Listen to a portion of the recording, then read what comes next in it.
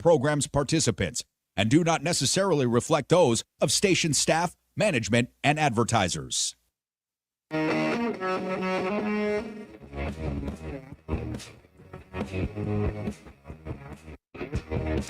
All right, what's going on, everybody?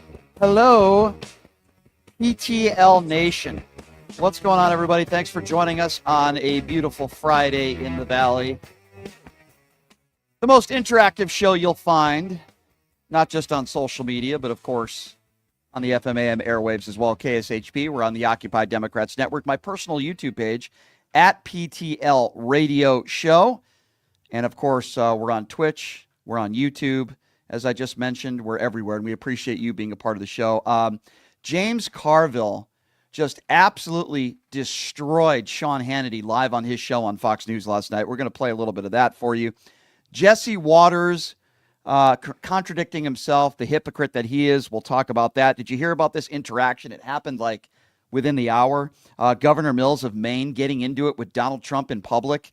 Donald Trump calling her out. It has to do with federal law. We're going to play that audio for you. It really is pretty incredible. So we will certainly be sharing that audio with you as well. Of course, we're in the YouTube Super Chat. So if you have any questions or comments you want us to read on the air with a donation, we will certainly do that. And check out the website, pushingthelimits.live, where you can buy merchandise on there and make donations on there as well. So, ladies and gentlemen, it's always a pleasure, even though I do criticize him a lot on this program. But I will say this, it is always an honor and a pleasure to introduce to you, and I really don't know how the man has enough time to appear on this show because he's a very busy man, but it is an honor and a pleasure to introduce the 45th and now 47th President of the United States, Donald J. Trump, joining us on the program. Yes. Good morning. Hello, Mr. President. Whatever time it is there in Las Vegas. Good. Hello, Brian. How are you? I'm doing okay, Mr. President. How are you? You sound like you're a little tired. Did you see my interview with Hannity this week? Did you see that? I did. I did with Hannity and with Elon Musk, right? Yes, with Elon, my co-president. How did you think that one went, Mr. President? Are you kidding me? It was all softball questions. I mean, it would be impossible to blow this, I have to tell you. Sean it's unbelievable. You know, Sean used to campaign with me, so it's not like he's going to ask me any hard questions. That's true. But I've heard that Sean Hannity was talking way too much and that even some around your orbit were complaining about Hannity because he wouldn't let you guys talk. Well, he had very long questions. The thing with Sean is he'll ask a question and then he answers it for me. It's like, just let me talk, Sean. Just let me talk. It would be great. And he's not a big fan of Elon, as you could probably tell. But I like Elon. Did you know he had another kid this week? It's amazing. He's like 13th. a baby. He's like a baby machine. He's just spitting out the baby geniuses. Yeah, I did hear about that. Mr. President, why is it that you go to the Super Bowl, then you go to Daytona 500? We keep talking about Doge, but why are you spending all American taxpayer money making these joyride trips, as I would call it? Why are you doing that, Mr. President? Oh, listen, I don't want to do that. I mean, people are begging me to show up at Daytona at the Super Bowl. And I left the Super Bowl because that Kendrick, whatever his name was, I don't know what the hell. I didn't understand a word. It was all pops and clicks. That's all I heard when he was singing that song. And I didn't see a white face in that entire group. They couldn't squeeze in one white person. I was very upset. I have to tell you. I'm sorry. Why did you leave at halftime, Mr. President? Is it because there weren't enough white people? Because of that show. Where are the country music stars? Where was Kid Rock? Where was Jason Aldean? Where was Blake Shelton? Where was Ted Nugent? I'm sure he's available. He would have put on a good show. Yeah, well, they are definitely white, so you're right about that, Mr. President. Well, you seem to pick the wrong teams every time. You pick the Kansas City Chiefs, they lose. You pick Team USA in the hockey game last night, they lose. Well, that's all. I think. Let's be honest. This is all rigged. It's all rigged. The NFL's been rigged for a very long time, and they like to make me look bad. Because, I got the whole kneeling thing with what's his name, the kid from the white family is the black guy who was kneeling. I don't like that. The kid from from the White family. You talking about Colin No, Kaepernick? what's his name? Colin I forget his Kaepernick. name. Colin Kaepernick. Yeah. You're talking about. Yes, the kid from the White family. You're right, Mr. He President. was raised by white people. You're Raised by right. white people. You did So call I'm him. grateful. You did call them sons of bitches, though, didn't you, Mr. President? The black people who were I kneeling, right? saw a lot of people. I saw a lot of people sons of bitches, but I wouldn't say no. I wouldn't say no. Fair enough. So, Mr. President, I don't know if you are aware that this made national news today because you were in it once again. I wake up and think national. Well, you got into it with incredible. Governor Mills today in Maine about an hour ago, and it's so nice of you to do this show after that because I know how busy you are, and you seem to threaten her and about these federal laws, and you asked her to abide by it, and then she looks at you and she says, "See you in court." You guys seem to get into it a little bit. You don't seem to get along with powerful women, do you, Mr. President? No, not at all. I don't like women who are smart or powerful or know what they're doing. I never have. I never have. They're the worst ones. They'll turn on you in a second, in an absolute second. It's really terrible. That's true. Where's Melania, by the way? I keep asking you this, Mr. President, every time you come on. Like she's nowhere to be found. Where is she? Melania has pretty much met her contractual obligations for the first quarter, and I don't like to push it. So she was there at the inauguration, at the ball. I got a double peck. I got the pecker on the cheek twice, and there was a nice little pat on the bun at the end of the evening. And that's all we've negotiated for. Interesting, a pat on the bun. All right. Well, speaking of pat on the bun, why are you so nice to Vladimir Putin? Like, this is a serious topic, right? And why is it you call Zelensky a dictator? Why is it you never have anything? That little Zelensky is like Napoleon. He's like Napoleon. He invaded Russia. What was he thinking? This gigantic country run by a very nice man, and Zelensky just tried to, and now he's paying for it. Now they're begging me to help. Biden helped, Obama helped, but I have to tell you, I'm not going to help. And they're not getting into NATO, as Pete Hegg said. Doesn't he look like out of a movie? Like, doesn't he look like the guy running the Doge in a movie? He looks fantastic. He's a good-looking guy. I'll be honest, Mr. President. Guy. Yeah, smart. Yeah, smart. Why did you send COVID test kits to Vladimir Putin in the middle of the pandemic? Why would you do that, Mr. President? Because he's my buddy. Listen, there's very few people I get along with. I don't get along with Governor Trudeau. I don't get along with Macaroon. I don't get along with a lot of these people. Remember, what's her name, who was in Germany? Angela Merkel, looked like a man dressed in a bad dress. I get along with Vladimir because he told me he's going to make me as rich as him. As rich as him. He said, all I have to do is take over Canada and get the shipping lanes, take over Greenland, get rid of the NATO base, and then take over Panama, and then those Russian ships can go through with all that oil, and you think I'm rich now? I'm going to be so rich. And we've worked it all out. We're going to divide the world. It's going to be amazing. All right. You'll be very happy. I mean, I doubt it, but what do you think about Kash Patel getting sworn in yesterday? What do you make of that? Can you believe that is my mad dog Patel. He is going to investigate. Your friend, what's his face, who was on the other day, David Backman? Yeah. Wait till the investigation start about him. First, we're going to hit him with an audit. Then we're going to dox them.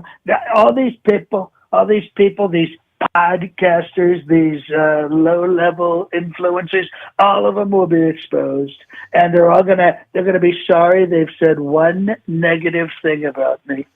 Wow, so you're going to be going after people that say anything negative about you. Anything at all. I'd go after you, but when I've seen the videos, it looks like you're in a basement with a brick wall. So I don't know where you are. That's basically where we are, Mr. You're right about that, Mr. President. I agree with you. Undisclosed location. Yeah, I agree. Donald J. Trump joining us on the line. Very busy man. Always appreciate it when he takes the time to join us. Mr. President, how would you say the first month of your administration has gone so far? Well, we have done more in 1 month than any other administration other than my own the last time. This is so incredible how much we've gotten done.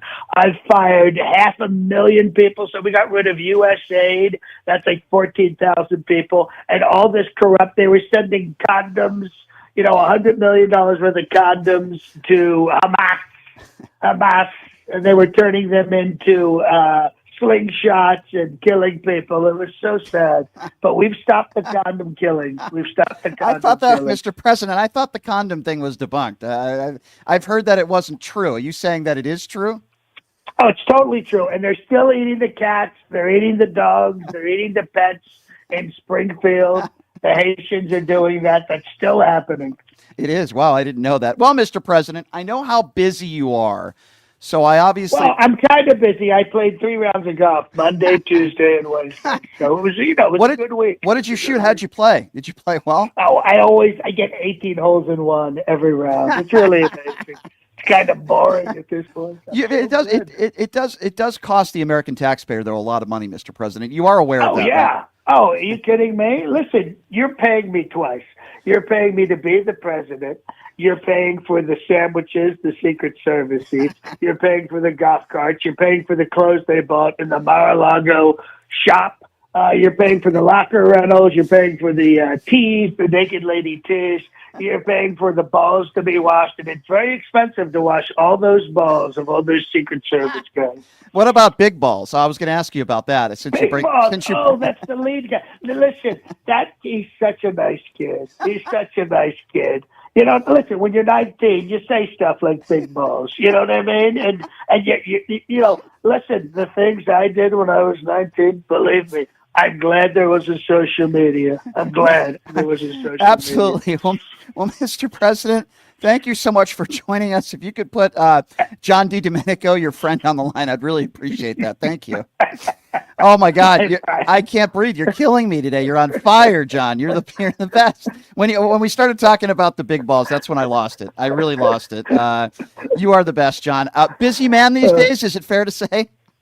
Yeah, I'm still doing my national sales meetings and all the stuff that I do for these wonderful companies who hire me. So, I'm going to send that clip to David Pakman. I'm going to send that clip of you talking about David Pakman to him, and he'll probably post it. He's going to get a kick out of that.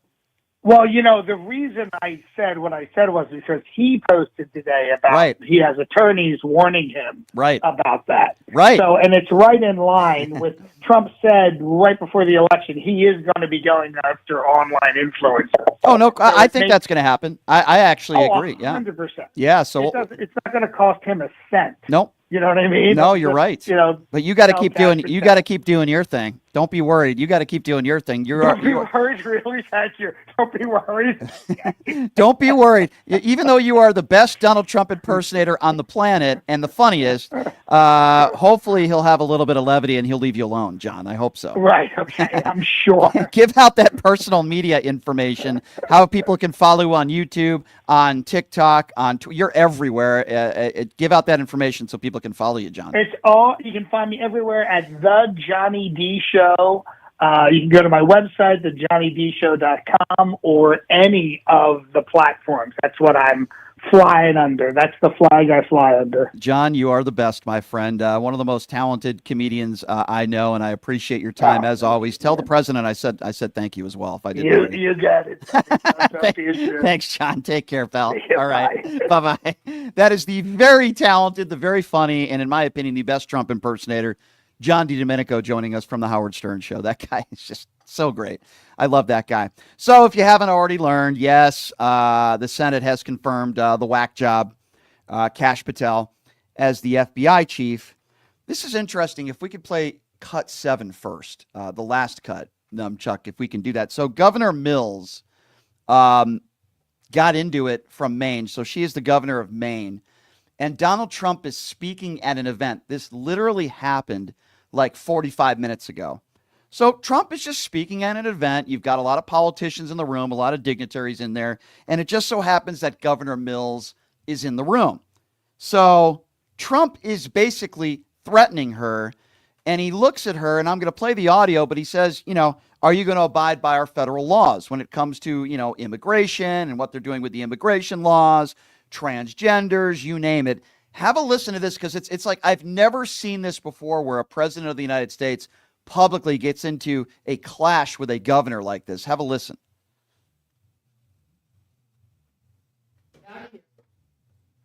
So we're going to play that for you. We're going to okay, here we go. Here is a Governor Mills getting into it with the President of the United States. Is Maine here, the governor of Maine? Not here. Are you not going to comply with it? Complying with state and federal laws. We are the federal law. Well, you better do it. You better do it because you're not going to get any federal funding at all if you don't. And by the way, your population, even though it's somewhat liberal, although I did very well there, your population doesn't want men playing in women's sports. So you better comply because otherwise you're not getting any federal funding. See you in court. Every state, good. I'll see you in court. I look forward to that. That should be a real easy one. And enjoy your life after governor because I don't think you'll be in elected politics. Yeah, here's the kicker. That's not a Trump impersonator. That's actually the President of the United States threatening the governor of Maine. And I love the fact that Governor Mills stood up to the bully. I love the fact that Governor Mills stood up to him. That's what we need to do. Doesn't matter who you are. You could be an assemblywoman, assemblyman, could be a governor. Why is it that Donald Trump always seems to go after women? I'm just throwing that out there. Powerful women. But I love the fact that she defended herself. And I love the fact that, there are politicians out there that are willing to do that. There are some Democrats out there that are not willing to do that. Certainly Republicans are not. That's for sure. Unfortunately, with what I do for a living, sometimes I have to watch Fox News, or as I like to call it, Fox noise. And I think one of the most talentless imbeciles on the planet in the media is Jesse Waters. Jesse Waters grew up very close to a town where I grew up, and I believe, if I'm not mistaken, he went to the same high school I went to. Jesse Waters was born into a extremely wealthy family, and he's talentless, and he used to be the water boy for Bill O'Reilly. So this is a perfect example of Doge, Jesse Waters, Fox News hypocrisy. So in one audio clip that I'm going to play for you, this is Jesse Waters seemingly to be sad that one of his friends was let go because of Doge cuts. Have a listen to this. He just found out he's probably going to get laid off. He's going to get doged. And this guy's not a DEI consultant. This guy's not a climate consultant. This guy is a veteran. We just need to be a little bit less callous with the way, Harold, we talk about doging people. Okay, I want that to sink in. You're arguing with yourself. No, I am not guilty of that. I finally found one person I knew that got doged, and it hit me in the heart. Speaking of callous, this is the way Jesse Waters has been speaking about these Doge cuts as he did yesterday. Thousands of bureaucrats woke up today to a big "you're fired." Doge is dishing out spankings like daddy daycare. It's like going to your grandparents' house, throwing out their VCR and their stacks of tapes, just downloading Netflix for them.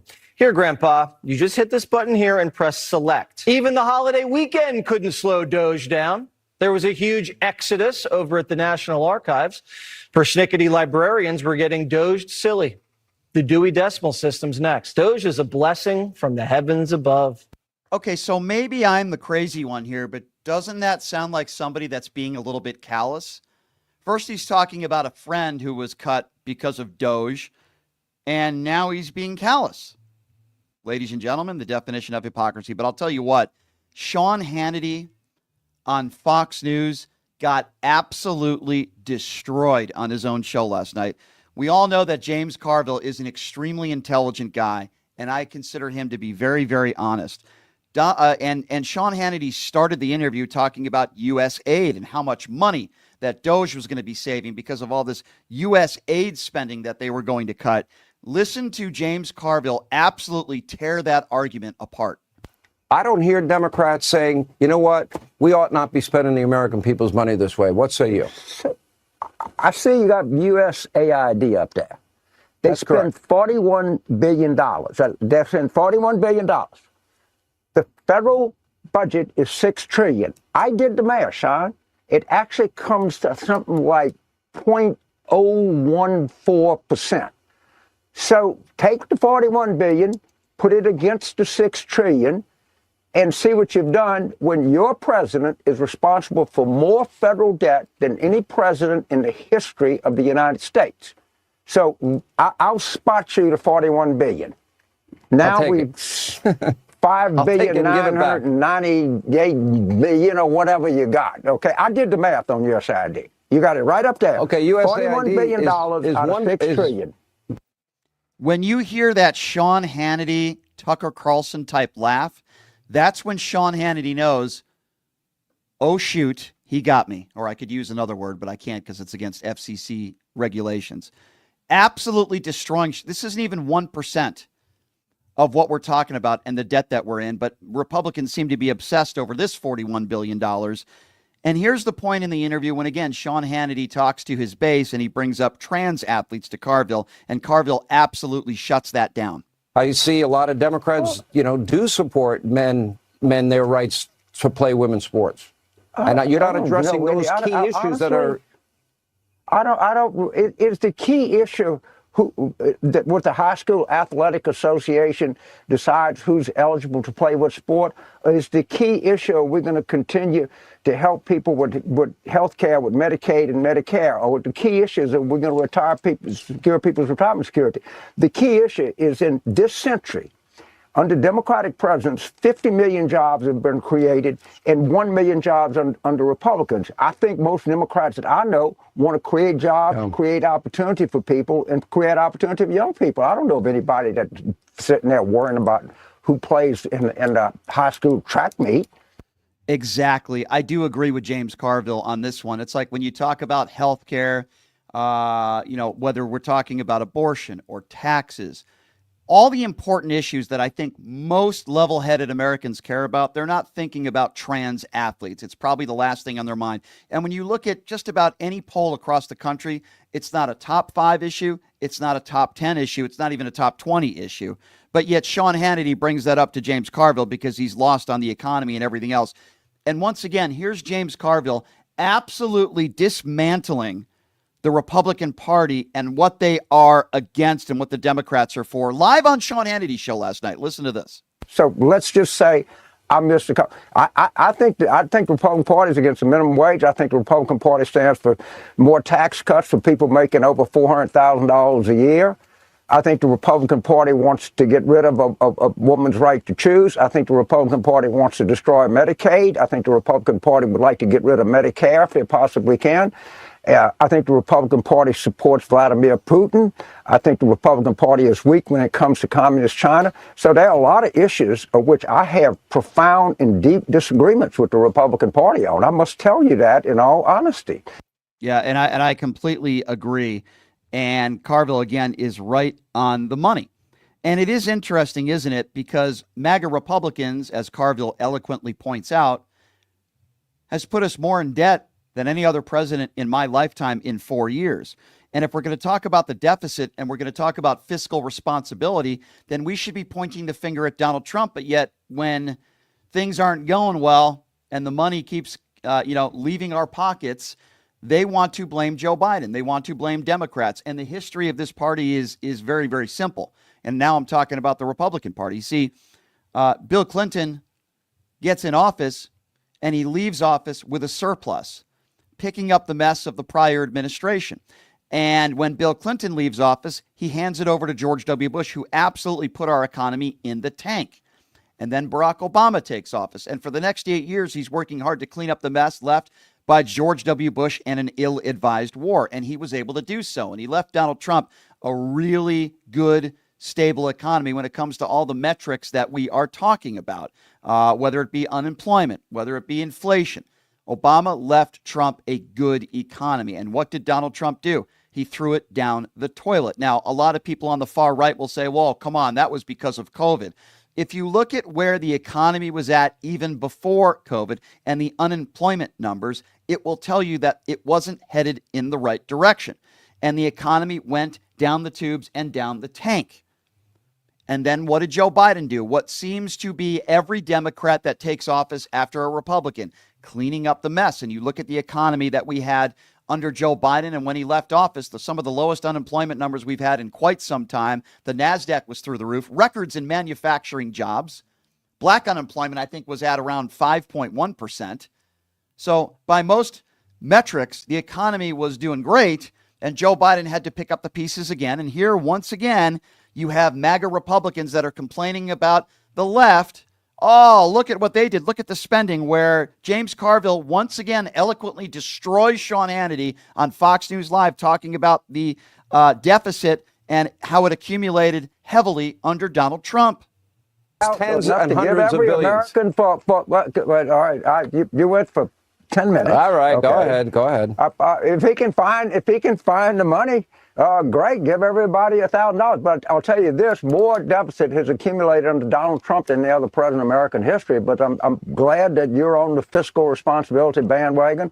I'm glad you're on the bandwagon of Bill Clinton being able to balance the budget and bring unbelievable prosperity to America. But, you're reading these polls, and I'm reading the polls saying the Democrats are 13 points up in the congressional generic, that Donald Trump has the lowest approval rating of any president at this point in his presidency in American history.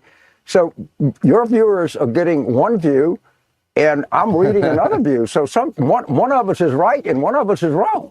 It's that We simple. put on And they Trafalgar. got fact checkers at Fox, and Well, we do, and we put on again, Trafalgar and Matt Towery and Robert Cahaley Right. and Yeah, great fact checkers at Fox News. I wonder where those Fox checkers were when all you guys were talking about the Dominion voting machines. Where were all those fact checkers? That is a master class in how to deal with a boob like Sean Hannity. James Carville just took him to lunch last night. All right, so here's what we're going to do. So coming up next, we have a special guest. You may have heard of him before. His name is John Fiel. He is a 9/11 hero, and he is part of the heroes, and he's a vets advocate. And advocates of the 9/11 community have been warning of staffing cuts. Now, Donald Trump did, or I should say the White House did reverse a decision to cut 20% of the CDC. But some of these heroes are not out of the water yet, and they still have reason to worry. So John will be joining us next. We also want to remind you in the Super Chat, questions or comments will be heard with donations. Check us out on the Super Chat on YouTube. Also, my personal website where you can buy merchandise and also make donations. That's pushingthelimits.live. And again, that website is pushingthelimits.live. This portion of the program is also brought to you by Jackson's Bar and Grill, located at Flamingo and Jones, home of the Pass the Puck contest, where you can win up to $500 in free slot play during any Vegas Golden Knights game. Check them out, Jackson's Bar and Grill, located at Flamingo and Jones. Great food, great atmosphere, and tell them that I sent you. Man who I have such a ton of respect for, his name is John Fiel from the 9/11 Heroes and a vets advocate who served this country. He's going to be joining us next. The threat to Donald Trump, to him and to 9/11 responders that still have many health issues. He'll be joining us next. We'll take a break. We'll be back in 90 seconds. You're listening to Pushing the Limits right here on KSHP. Hey, everybody. Are you struggling to find a pizza place that reminds you of Brooklyn? That true blue New York style pie? Well, worry no more. Stallone's Italian Eatery Pizza is a knockout.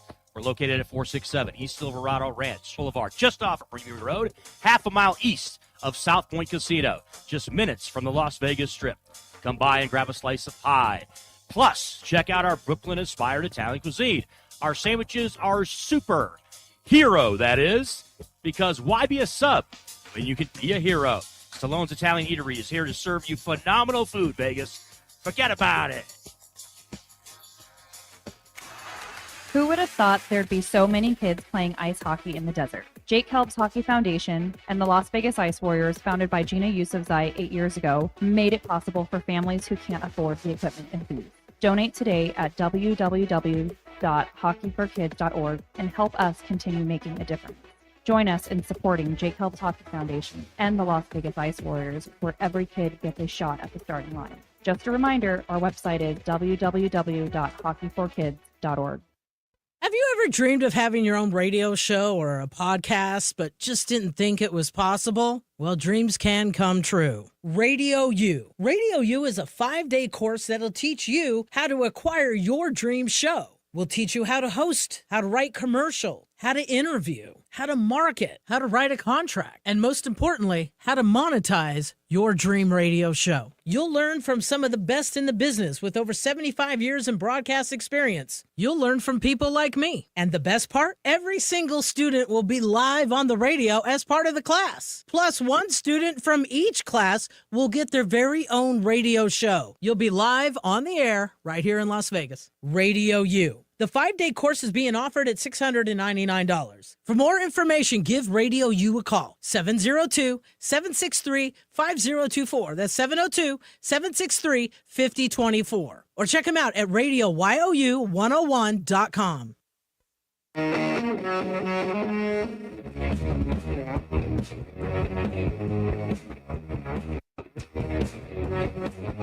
All right, welcome back. It is Pushing the Limits on a Friday. Thank you so much for joining us. Certainly a lot of breaking news today. You know, advocates for the 9/11 community have been warning about these staffing cuts at this federal program that helps first responders. The White House today did reverse its decision to cut 20% of the CDC, which directly impacted the World Trade Center health program. And while this is a victory, not everybody is out of the water yet, for lack of a better term. So to talk to us about this is a man that I have so much respect for. His name is John Feel, 9/11 hero and vets advocate, and certainly a hero to this country. John, thank you so much for joining us. It's an honor to have you on. How are you, sir?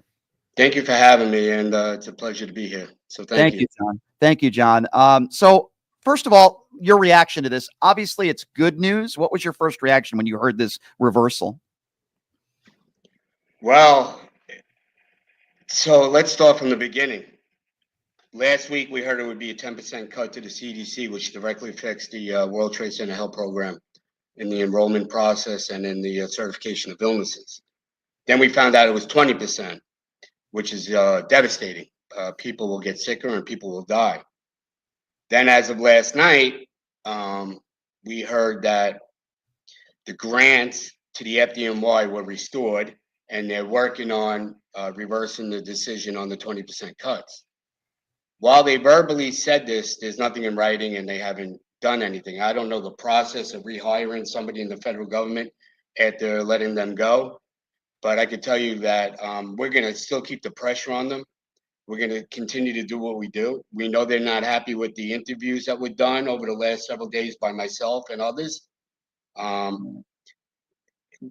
This is sad. You know, this really hits the bottom of the barrel in lack of humanity, lack of empathy. It's inhumane.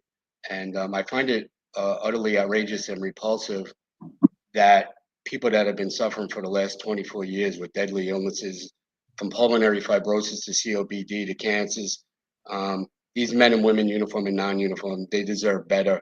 And while I remain optimistic and hopeful that this will get done, we have to go to DC next week and introduce a bill on Wednesday to get $3 billion for the World Trade Center health program.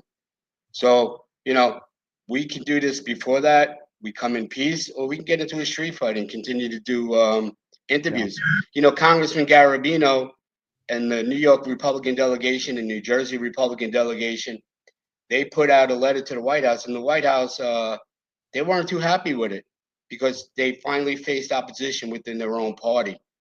Good for the member of the New York and New Jersey delegation. Yeah. But this madness and this insanity has to end as quickly as possible. You cannot take a sledgehammer to every program. I understand there's fraud in the federal government and there's waste and there's silly spending, but there was no fraud in this program. This program was understaffed. So, John, why? The billion-dollar question is, why are we even having to have this conversation? I find it so repulsive, like you. Why? There's clearly, you're right, there's no fraud in this. This is helping first responders and heroes like yourself. Why would they even consider doing something like this? I don't know. I can't answer. You know, I'm not Elon Musk. I'm not Robert Kennedy Jr. I don't work in the Trump administration. I don't know why. If they're just slashing the government across the board to cut down $37 trillion deficit, they're going about it the wrong way. I don't know. But, you know, listen, every time that man goes on the golf course, that costs American taxpayers millions of dollars. Right. Every time that man wants to drive his limousine around a racetrack at NASCAR, that's millions of dollars. Mm-hmm. You know, so every time that man wants to go to the Super Bowl or a sporting event, that costs millions of dollars. Right. How about we cut that shit out and put that towards our program? I mean, I know it's being facetious and silly, and I'm lowering myself to their level. No, I agree with you. But you know, you can't cherry pick when you want to save money and when you want to spend money. That $37 trillion, a quarter of that was from his last administration when they gave tax cuts to the rich. So, Right. don't insult my intelligence. I've been going to DC for over 2 decades. I know Right. how they work. And Yep. you have unqualified people right now in the government with no real titles, no official titles, who don't know how to legislate, don't know how to govern, don't know the ins and outs and the nuances of the federal government. And Yeah. we're letting them cut programs that save lives. Shame on you. Ridiculous. Ridiculous. If you're just joining us, John Field, 9/11 Heroes and Vets Advocate. So, John, I think this is a trend that we've seen with Donald Trump for many years. I think you'll agree with me on this. When he went after John McCain and he said, I don't respect John McCain because he was captured, he seems to go after our members of our military, suckers and losers. It seems like when we have these heroes and people like yourself, people who risk their lives for this country, I don't know if it's jealousy or envy with him. And I think this is another example of it, even threatening to cut the money from those who are heroes like yourself. I just think it's a trend with this guy, and he wants all the attention. Yeah, he's petty. I mean, he's soft-skinned. He's a man baby. I can get into that. But he's not worth attacking. I don't take him serious, but I take him serious enough to destroy the very fabric of what this nation was built on. Of course. And the very fabric of this nation is diversity and the working class who built this country up and made it great what it is today. We don't need to make America great again. We need to make America smart again. We need to make Americans full of empathy again. We need to make Americans human beings come together and share ideas and collaborate. When we show each other that we're vulnerable and exposed and we're all flawed, it makes it easier to collaborate. But don't come off as some god or king and thinking that you're not flawed. Last time I checked, when I was up close to you shaking your hand, you're not 6'3", you're not 215 pounds. You are flawed, okay? So, the media, the Republican Party, everybody swallows what he says. It's like, if I shit in your mouth, you're going to eat it, you're going to love it, and it tastes like strawberries. Enough of that crap. People are sick and dying because of the perverse actions that Doge or the administration took. This is not acceptable. And my rhetoric will get stronger each day. And I don't care who I piss off. I don't care who I burn bridges with. My only concern is the 137,000 people in the World Trade Center Health Program. Over 30,000 of them have a certified 9/11 related cancer. And there are so many more waiting to get certified. This is not making America great again. This is hurting America. Do you ever, I guess this would be my last question for you. Do you ever have these types of conversations with some of those people who were first responders that voted for Donald Trump respectfully? All the time. How does that go, John? How do those conversations go? Most of them are not privileged to the information that I can receive on a daily day. But yeah, a lot of people drink the Kool-Aid. And a lot of people believe without fact checking their sources. A lot of people now, this was the deep state. Well, who the fuck is the deep state? Because I'm tired of hearing, you're the administration now. Who's the deep state? How you removed everybody? Enough of that. Well, Democrats are doing it. Joe Biden did this. Joe Biden's not president anymore. Exactly. So if I may, in a PG-13 way, if that's okay, because we're on the radio, if you were in a room with Donald Trump right now, and you had the chance to talk to him behind closed doors in a PG-13 way for radio purposes, I'm just curious, John, you being and I have so much respect for you. You're a hero, and I know you're a modest guy, but you're a hero. You've saved lives with your work over the years. I'm curious, what would you say to Donald Trump? No cameras around, just you and him, mano a mano. What would you say, John? Mr. President, in 2019, you shook my hand when you signed my bill. You gave me the Sharpie that you signed the bill with that said nobody deserves this more than you. You work so hard. That pen is now, Sharpie is now in the 9/11 Museum in closing glass. But I would say to you, sir, why would you shake my hand and say that if you're going to hurt the program now? Why would you be so callous and cruel to something that you signed in 2019? How can you look me in the eye and say, thank you for your hard work, when you want to disrespect my hard work. And I would say it straight to his face. I wouldn't blink, and I would wait for an answer, and I would hold his hand while I'm shaking it and saying it. Boy, I would love to see that moment. John, you're such a great man and you're such a hero. I thank you so much for your time. Please keep doing this and please give us any updates and let's stay in touch and continue the great work that you're doing. I have so many friends in New York. I have a family on East 65th between 1st and 2nd. I grew up in Connecticut. I'm an East Coaster just like you. I love you guys. I love what you're doing. And we got to just keep up the fight, my friend. John Field, thank you so much. It's an honor to have you on the show, and hopefully we can do it again. Thank you so much, sir. Thanks for having me. Have a blessed weekend. Thank you. You too, John. John Field, everybody. He's right.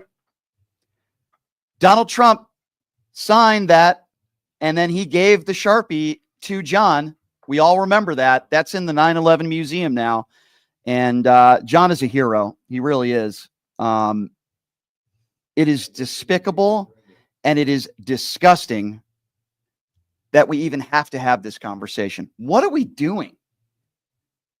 130,000 people that have health issues still from what took place on 9/11, and Doge,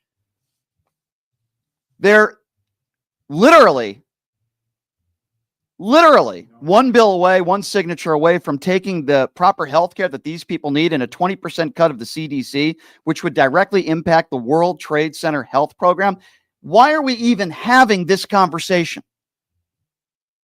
John Field is a hero. And every single one of those people, the first responders, the firefighters, the police officers on that day on 9/11 are all heroes. Sadly, too many of them, one would be too many, lost their lives. They're forever heroes. And for all the people out there that have had the breathing issues, and sadly, some of them have cancer from the stuff that they were breathing in that day, everybody in this country should agree, everybody, no matter what side of the aisle you're on, that they deserve to get the health care that they need to survive. And the fact that Doge would even consider cutting a program like the World Trade Center health program is despicable, but it is completely on par and on course with what Donald Trump and his administration are trying to do. When we talk about Medicare and Medicaid, when we talk about Social Security, when we talk about cutting funding for children's cancer research, this is what this administration is doing. And it's despicable. And I'm tired of it. And I'm angry that I have to interview heroes like John Field, and they have to fight for what should be very simple with the money that this country has in helping first responders and those that have illnesses because of responding on 9/11. But I have to talk to John about this, and you can hear the frustration in his voice, and I don't blame him. You hear the same frustration in my voice every single day when it comes to this bastard. And I've had it. And I will continue to interview people like John every single day. So we're talking about this. We're talking about the White House reversal. Dope Show, thank you for your $50 donation. We really do appreciate you. Tay-Piece says Doge backwards is e-God. Elon is so vain. I completely agree with you, Tay. Thank you, Dope Show, again for your super sticker. We really do appreciate you. And we'll get to some more of these super chat statements and comments. And I also want to thank someone Maureen, by the way, Maureen, who made a purchase on pushingthelimits.live. Anybody can make purchases on pushingthelimits.live. She bought a t-shirt, pushingthelimits.live, where you can make donations and buy merchandise. And of course, the YouTube super chat is going strong. We will continue to read your comments and your questions live on the air. But guess what? Now it's your turn. My favorite part of the show, I think probably it's your favorite part of the show as well, is the chance to hear from fans of the show and people from all over the country and all over the world. We call it PTL Nation here, and you are all a part of this very large family. And guess what? Nobody in my family is going to be deported in the PTL family. I'll tell you that. 702-221-7283 is the number to call. Again, that number, if you do want to be a part of the conversation, here's how you chime in. 702-221-SAVE. And again, that number, 702-221-7283 is the number to call if you would like to be a part of the program. Are we going to take a break, or are we going to get right to the phone calls? I think we're going to get right to the phone calls. That is what my producer is telling me. We're going to get right to the calls.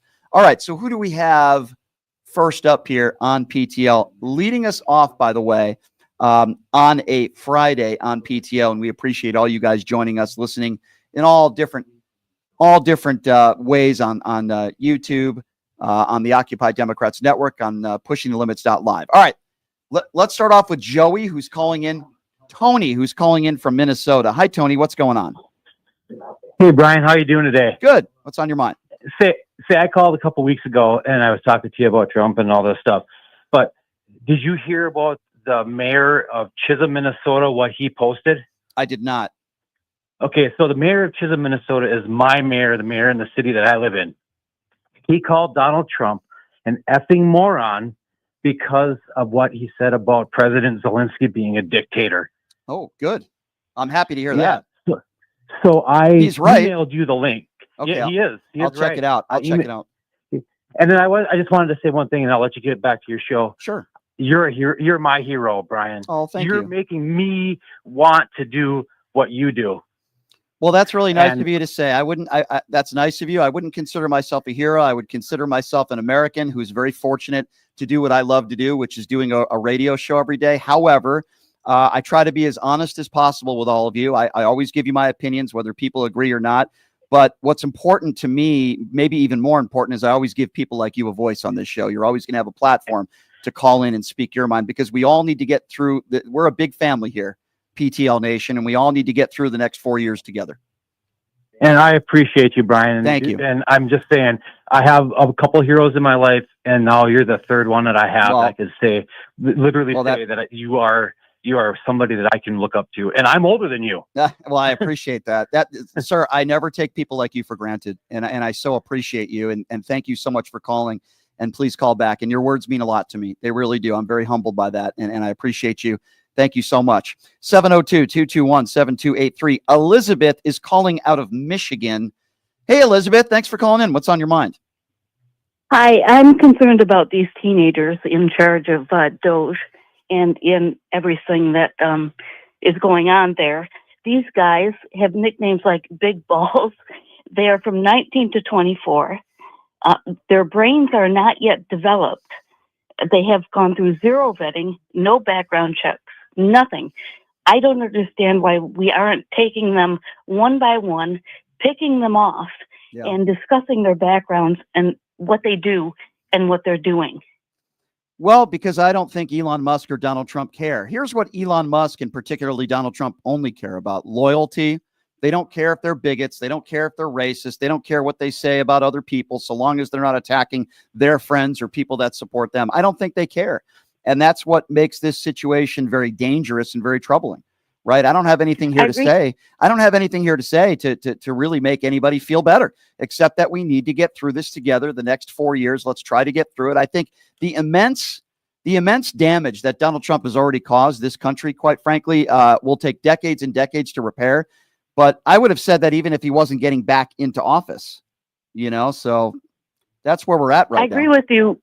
I agree with you 100%. I just think we need to make a bigger deal about these guys, because people think that they're doing great things, and they, of course, are not.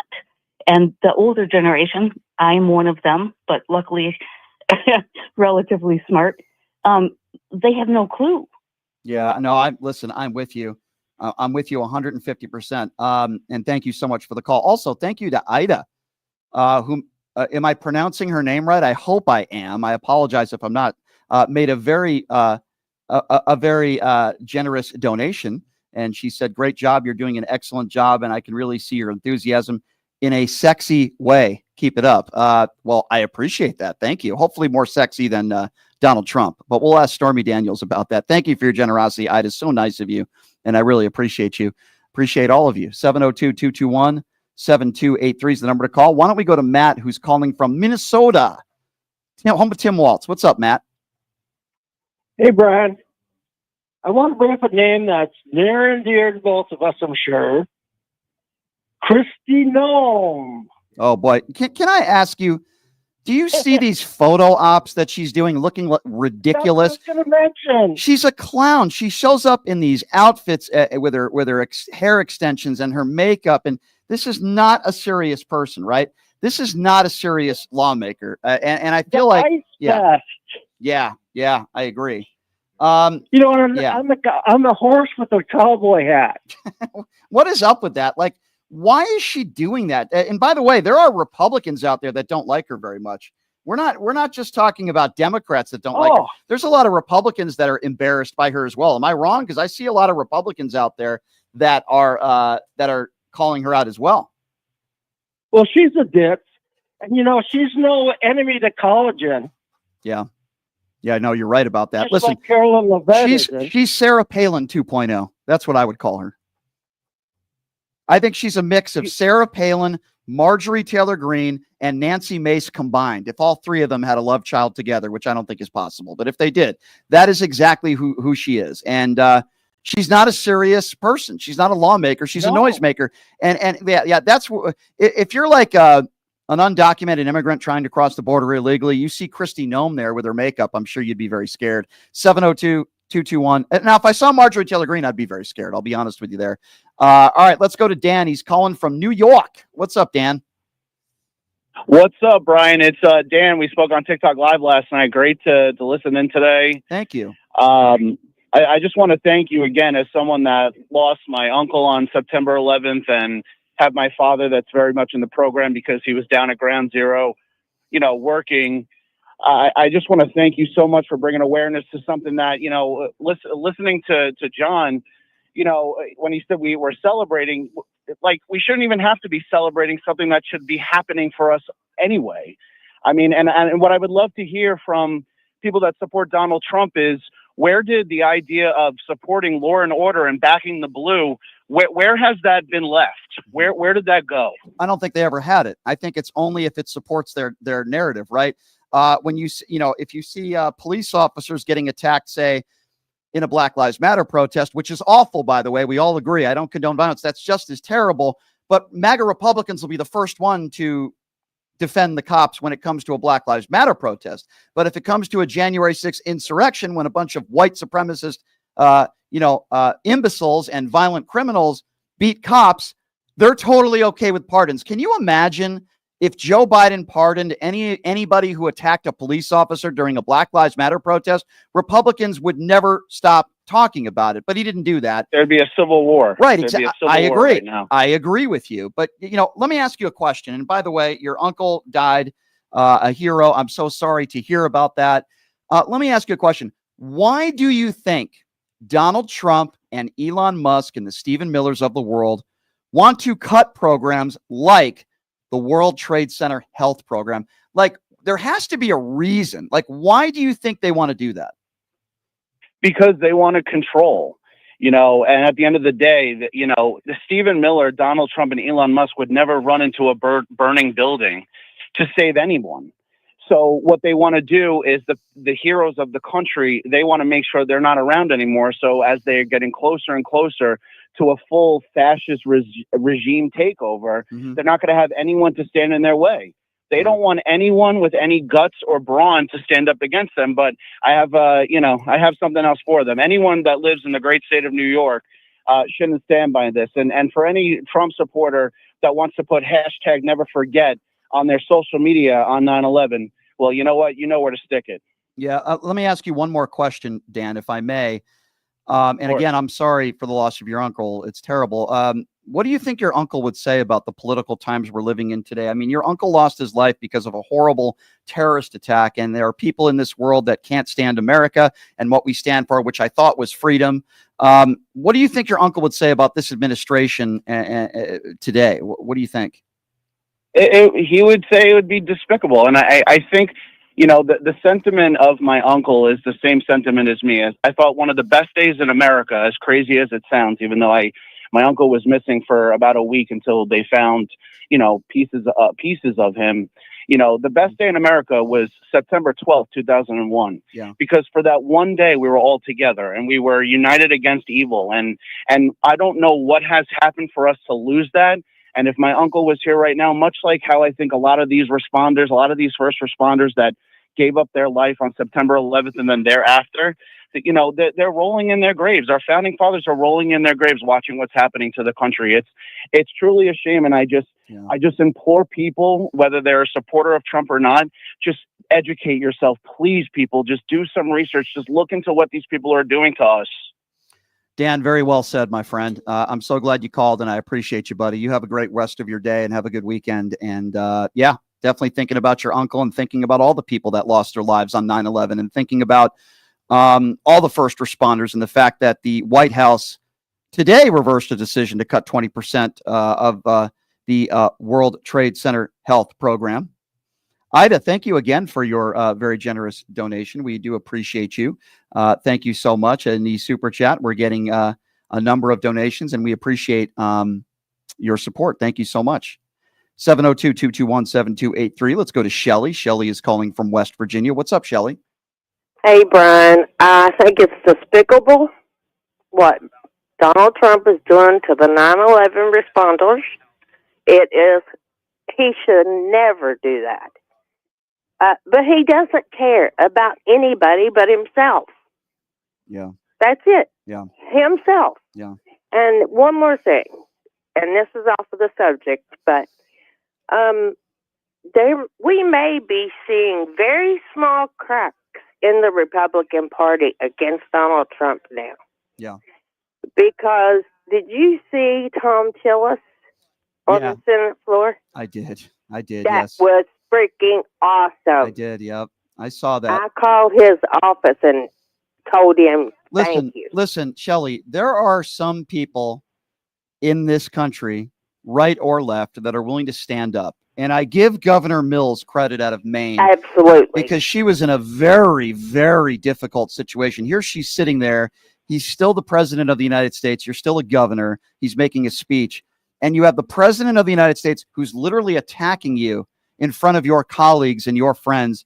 And she didn't care. She was respectful, though. She could have gone down, and I wouldn't have minded, by the way, if she did go down that rabbit hole. No. But she was respectful. She said, no, sir, we are going to abide by our own state and federal laws. And then Donald Trump said, we are the law, or he said something like that, which is, by the way, idiotic. And then she gave the best response and the most respectful response she could, which was, we will see you in court. That was the best response, and there was nothing that Donald Trump could have said.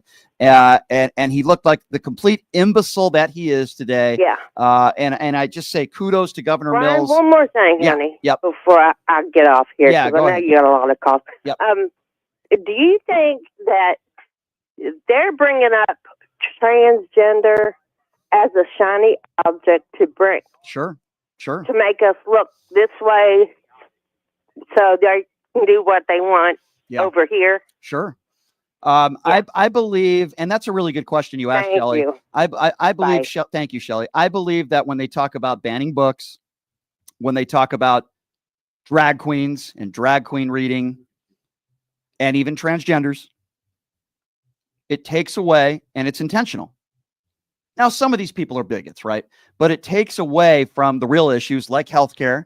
Last I checked, Donald Trump still has concepts of a plan, which is ridiculous. He's had 9 years to come up with a plan. Takes away from the real issues facing this country, like inflation. Inflation is up across the country. Gas prices are up across the country.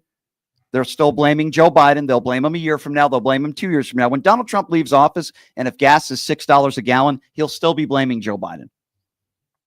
702-221-7283. Local caller. Let's go to Richard, who's calling out of Las Vegas. Love my locals. What's up, Richard? Hey, Brian. I guess the last phone call I didn't know what to say or whatever, but I guess now I get a little brave enough to call you. But I'm a 9/11 responder who has medical issues I probably don't want to get into, but I go to the VA every 30 days. So I am one of those persons. I just wanted to bring up. I just wanted to say thank you. I want you to continue, and I'm sorry to interrupt you, but I wanted to make sure I say thank you for what you did on 9/11. Were you, if you don't mind me asking, were you a law enforcement? Were you a firefighter? Were you a paramedic? Who were you? No, part of the military.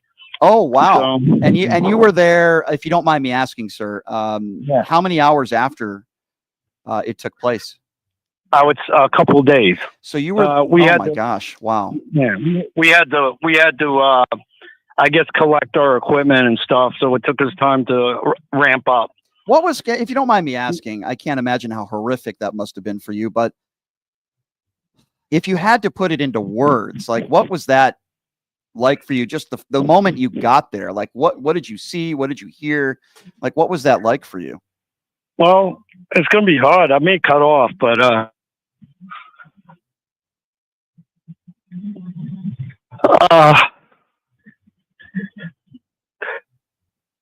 well, going over the Brooklyn Bridge and stuff, just seeing the gray and white smoke, the dust. Mm-hmm. That was the first thing I remember. Yeah. And then the second was the smell. Yeah. I guess the third thing was watching people walk in circles. This was, well, I just wanted something else, but I mean, something near to that. I just wanted to bring up Todd Whitman. Yeah. Who was a Republican on the Bush Jr. House. She failed her position at the EPA or something like that. She was a supervisor. Yes. And she called the area all clear, all clean. Within I could only approximate about a couple of weeks. And I just want to say how failed the Republican Party is on issues when it comes to protecting people like you. Sir, if you don't mind sharing as well, you don't have to if you don't, but what type of health issues, if any, have you had because no, I have terminal. I'm terminal, so I just live with it. And I go with it, and you have you have cancer? Yes. I'm so sorry, sir, to hear that. You are the type of person that we need to do everything we can to make sure you're getting the health care. So let me ask you this. And I'm so sorry that you had to see that you had to go through that, and the health issues you've had. You're a hero. As you know, Donald Trump and Doge have threatened to impact the World Trade Health Center health program. Now, the White House did reverse its decision today, but that doesn't mean you're necessarily out of the woods down the road. When you hear about this, what goes through your mind? Well, Brian, I already the minute I found out, long before you even had this radio, I made the phone calls to my Congress people already. I put out every single, and I told them I'm tired of the part-time stuff, the temporary budgets. Yeah. In November or September to November of last year, not putting it in the budget. Yeah. If you know what I'm talking about. How old are you now, sir? What's your age now? Yeah, we're above 60 now. Gotcha. Well, listen, this is why I always love speaking with people like you, and it breaks my heart, the health issues that you're going through. And it makes me angry, though. It makes me very, very angry that I even have to have conversations with like a guy like a John Field, who obviously has been batting for you for decades. And that's why I call. Yeah. That's why I call John. He's a great man. He's a great man. Yeah. And so are you. Well, listen, if there's anything we can do to help you, please let me know. I'm worried about your health, but you're a hero. Thank you for what you've done for this country. And I will always have your back, my friend, and you will always have a platform. I want you to be the spokesman. Just speak out, man. That's it. I will always do that. And when I always speak out, I always remember it's because of people like you. And I will never forget that. You stay safe, my friend. And I'm so glad there are brave people like you that live in Las Vegas. And I'm honored that you listen to my show every day. Thank you so much. Wow. That really got me there. I wish him well. The fact that we're even discussing the possibility of his health benefits being cut drives me nuts. Green-Eyed Bandit, thank you for your donation on the YouTube Super Chat. Green-Eyed Bandit says, I love you, Brian. I'm Latoya from Cleveland, Ohio. Trump is dismantling our country for Putin. I agree. Even down to our own nuclear weapon maintenance workers. He is a lunatic spy for Russia and our enemy. Green-Eyed Bandit, I agree with your sentiment. 150%. And thank you for your donation and your support of the show. She went on the YouTube Super Chat right now, YouTube at PTL Radio Show. You could also go on my website, pushingthelimits.live, to buy merchandise, PTL gear, and make donations. I am getting pictures from people sending me emails wearing their PTL hats and shirts every day. It's super cool. And I'm going to make a collage, or I should say my producer's working on that, and we're going to put that out. It's super cool. 702-221-7283. All right, let's see here. Why don't we go to Indiana and let's go to Angela. Hi, Angela. Thanks for calling in. Hi, Brian. How are you? Good. What's on your mind, Angela? First of all, I want to say, thank you to the last person that called you. Yeah. God bless him. God bless him. Absolutely. And second of all, I want to talk to you about a personal thing that's going on that affects my whole family. Okay. And that is the deportation thing and the birthright citizen thing that's going on. Yeah. I have my grandchildren are Hispanic, Black, and white, actually. Yep. So they have three things. Yep. And when your grandchild comes home and cries after an election because of this, trying to worry about is he going to be deported when he doesn't know anything about that country, all he knows is here. Right. And this is because of someone that just wants from day one says he wants to be a dictator. That's true. Nobody, and I mean, he's still, he's got Elon Musk running across the stage with a chainsaw now. So it's like the WWE. I mean, that's really who's in charge, literally, at least the Department of Education. I mean, it's like a reality show, a fake reality show, but the difference is this is actually real life and it impacts real people. I mean, they see it as ego and power. Families. Yeah. Real families, like I have sat and I've cried, and then I've watched your show and I've watched other shows, and I'm like, when is the Republicans going to get some balls? Well, they're not going to. Well, maybe Nancy Mace, but that's another story for another show. But in all seriousness, it's not even it's more about just having a backbone. Like I've always disagreed with the way a Liz Cheney votes, but at least she had somewhat of a backbone and a moral compass on being on the right side of history. But listen, there are so many Republicans out there. Not only will they not criticize Donald Trump, who, by the way, just called Zelensky a dictator, which he's not, and it's despicable. Yeah, I know. But also, it's not just that. It's Elon Musk, too. They're afraid to call out Elon Musk because of the money and power that he has. So it's yeah. I mean, that's 95% of the Republican Party today. They know Donald Trump's statements are dangerous. They know he's wrong. They know what Elon Musk is doing is not good and that he's not qualified to be in that position. They know, but they won't call it out because they're in fear of their own position. And they care more about their own job and their own power than they care about the American people and the constituents that voted for them. And anytime you got a little kid that says that you're not the president and other choice things that the little kid said, and then wipe the booger on your desk, what is that? I mean, it's horrible. Yeah. It's despicable. Brian, thank you for hearing from me. I appreciate you. Thank you. Pray for my family, because we are in a rough spot right now, and we're just hoping to get through it. We are. We're gonna all get through it together. As I said before, and I say again, we are all part of the same community. This is PTL Nation. We're gonna get through the next 4 years together in one way or another. But we are going to talk about it. We are going to talk about it. We do have some breaking news to share with you in regards to the Proud Boys. Ex-Proud Boys leader Enrique Tarrio, who's a complete imbecile, was just arrested at a rally near the U.S. Capitol. This just adds the list of the people that have already been arrested, or one person has been deceased with a shootout with cops that have been pardoned by Donald Trump in regard to the January 6th insurrection. Yes, Tarrio was arrested by Capitol Police. Thank you, Riot Town, for your donation. And listen, Enrique Tarrio is a very dangerous individual. He was part of the incitement that took place on January 6th. He has led a hate group, which is the Proud Boys, the same group that Donald Trump said stand back and stand by. These are the times that we are living in today. Enrique, I hope you rot in jail for the rest of your life. He probably won't. He'll probably be released tomorrow.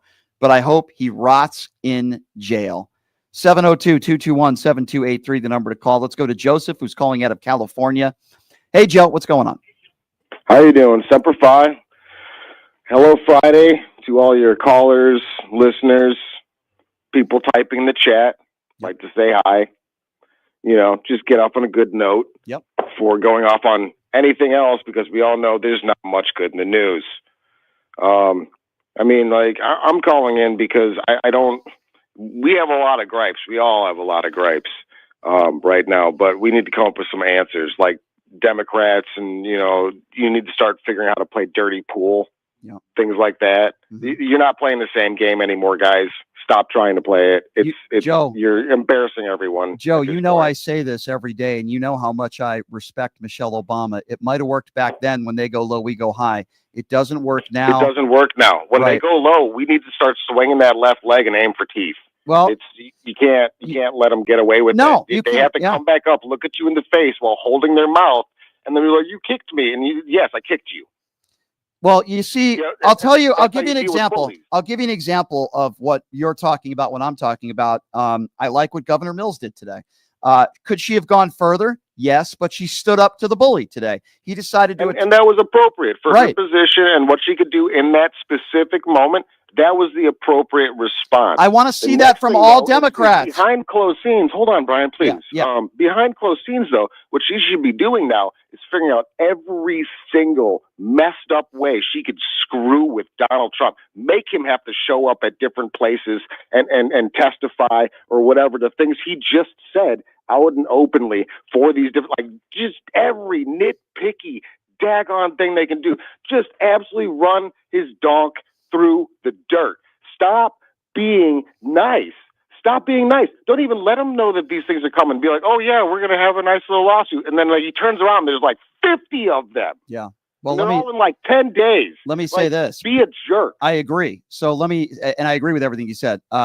Let's be clear here. There's a lot of reasons why the Democrats lost. One of them is they've been too nice. I think members of our media on the left sometimes are too nice. I think sometimes reporters are too nice. Nobody can say that I've been too nice. Ever since Donald Trump took office and I've been on the radio, I have not been so nice. Now, I've had respectful conversations with people that I disagree with, sure. But I've called out Donald Trump since day one. I've called him evil. I've said Donald Trump doesn't care about you, doesn't care about me. He only cares about himself. I've called him an abuser because he is one. I've called him a liar. I've called him a snake oil salesman. I have not changed.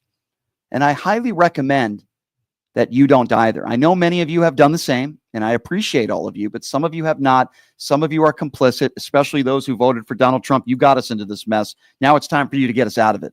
702-221-7283, the number to call. Let's go to Ethan, who's calling out of Ohio. Hi, Ethan. What's going on, man? Hey, how's it going, Brian? Good. So I wanted to bring up the whole Steve Bannon CPAC thing, and I wanted to get your thoughts. Sure. So did you happen to see at the very end when he did his salute? Heil? Yeah, I got to be careful with the language that we use, but let's just call it a salute. And we know who he was saluting, and in my opinion, it was very similar to an Elon Musk salute. So this is who Steve Bannon is. He is a white supremacist. He is a sympathizer for neo-Nazis. Let's call it for what it is. He's an awful human being. As bad as he looks, his insides are even uglier. Let's put it that way. And I think we can agree on that. But I did see that. What do you make of CPAC? They are throwing out January 6th former insurrectionists on January 6th. I did see that. In fact, even Tarrio was thrown out. What do you make of that? I mean, it's no surprise. I mean, how many have been killed or put back in jail already in the 2 weeks that they've been out? So right. I mean, I'm not surprised. Yeah. But I can't even say I'm disappointed, but I'm mostly disappointed in just the American culture as a whole being okay with, something what I would view as a Nazi sympathizer or at least a white supporter. I appreciate you bringing this up because we cannot normalize this. We need to call out for what it is. Some of the things that we are seeing are some of the things we saw in Nazi Germany back in the day. And people don't make the comparisons. Well, you know what? Look at what Steve Bannon just did. He did it at CPAC of all. He didn't do it even. Imagine the stuff he does in the privacy of his own home. He did it in public. So imagine the things he says privately to his friends. This is what we are dealing with. And Steve Bannon is one of the biggest, loudest voices with one of the largest platforms on the right. So we cannot normalize this, and we need to call it out every day. Yep. Thank you. Thank you for the call, my friend. And I'm glad you brought that up. That's important. All right, let's go to the UK. I love my UK callers. Let's go to Paul, who's calling all the way from the UK. What's up, Paul? Yeah, hi there, Brian. Thanks for taking the call. Sure. A story I didn't mention when we first spoke was this. My oldest son, who's such a good kid, got a young baby, and he's got a partner. And all he ever wanted to do was work for charity. And he does. He works for a charity. He administers in a charity. The day within 24 hours of the Trump cuts to USAID, because this charity is funded by USAID, he was made redundant. Within 24 hours, my son was made redundant. He's a good boy. He's worth 1,000, if not 1,000,000 Donald Trumps. He was made redundant because of the USA Trump cuts. The point I'm making is the stench of that guy in the White House is reaching all over the planet. Yeah. He's stinking up the whole planet, the guy in the White House. And it's affected me and my family already personally. This is really important. I want to address this because you're calling from the UK, and some people, not all, but some people think Donald Trump is only, can affect people in the United States of America. And that's why I say over and over again, this is affecting the world for the most part in a negative fashion, unless you're an evil dictator like a Vladimir Putin or a Kim Jong-un. For the most part, Donald Trump is affecting good, hardworking people across the world. And you just gave a prime example of that, right? Exactly why I brought it up. Exactly why I brought it up. People may think that this is an American problem, but it most certainly isn't. And it's only just begun in terms of global impact. It's only just started. It has only just started. You're right. Only just started. I mean, if you extrapolate where it's going, Trump leaves NATO, obvious. Trump, Putin, Xi, and Kim Jong-un form their own NATO. Not so obvious, but possible. Right. They decide to create a new world order and gain control of errant countries like, say, I don't know, Greenland, Panama, Finland, Norway, Ukraine. It's possible. We just don't know how far this is going to go. Can I ask you for that? Didn't know. Yeah, I'm sorry to interject, but I wanted to ask you this.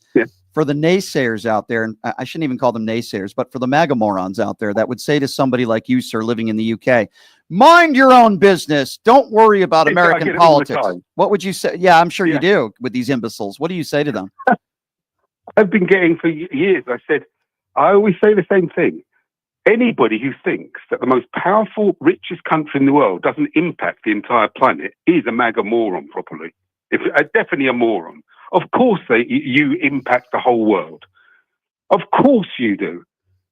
And so when I first saw Trump as a threat, I was concerned for the future, not just of America, but my future, my children's future, and their children's future. That's where my concerns were. Yeah. And my concerns have grown massively since the guardrails came off Trump. Yeah. They've grown massively because you've got an amoral idiot in the White House who's controlled by monsters who have got more than a vestigial brain, like him. Well, you're right. Monsters like Putin. Oh, sure.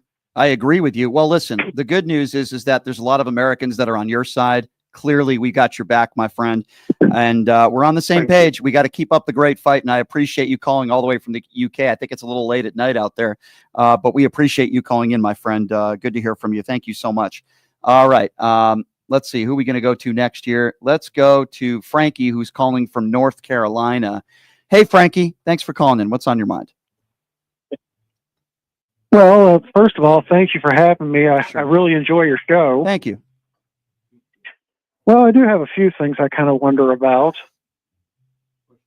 Yes, sir. I will say, first of all, as far as gas prices here, they have gone down, but I doubt they stay that way. Also important to note, though, across the country, on average, the price of gas has gone up. We can find certain places in the country where prices have gone down, but as a whole, on average, the gas prices have gone up.